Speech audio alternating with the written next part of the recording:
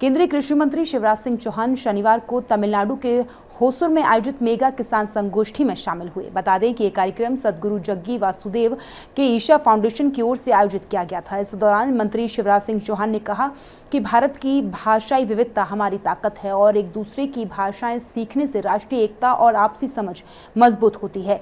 केंद्रीय कृषि मंत्री शिवराज सिंह चौहान ने शनिवार को कहा कि हर भारतीय को कम से कम एक दक्षिण भारतीय भाषा जरूर सीखनी चाहिए। उन्होंने ये भी बताया कि वे खुद भी किसी एक दक्षिण भारतीय भाषा को सीखने की कोशिश कर रहे हैं।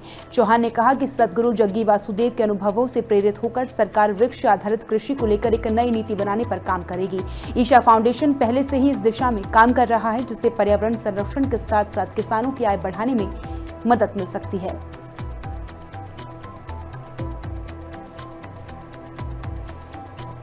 मैं तो रोज पेड़ लगाता हूँ।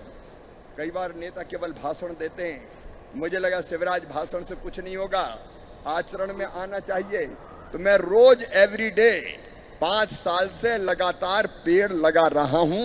आज भी पेड़ लगाया है और मेरे साथ धीरे धीरे कई लोग जन्मदिन पे, मैरिज एनिवर्सरी पे, बाकी मौकों पर पेड़ लगाते हैं। सदगुरु से जब मैं बात कर रहा था तो उन्होंने कहा ये ट्रेडिशन बन गया है, अगर बेटी जन्म ले तो पेड़ लगाओ और बेटा जन्म ले तो पेड़ लगाओ।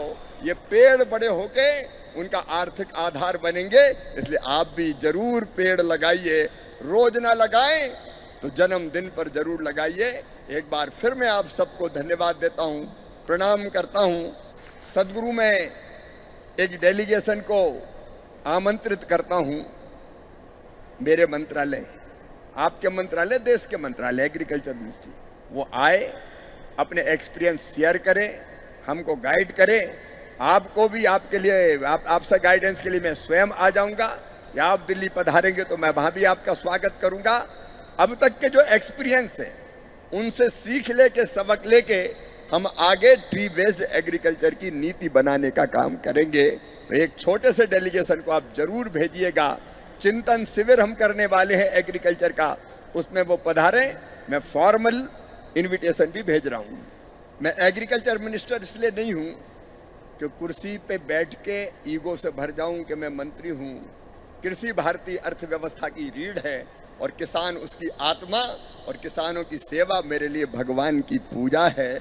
उनकी इनकम बढ़ाने के लिए, ये धरती बचाने के लिए, आने वाली पीढ़ियों के लिए धरती सुरक्षित छोड़ने के लिए भी हम काम करना चाहते हैं।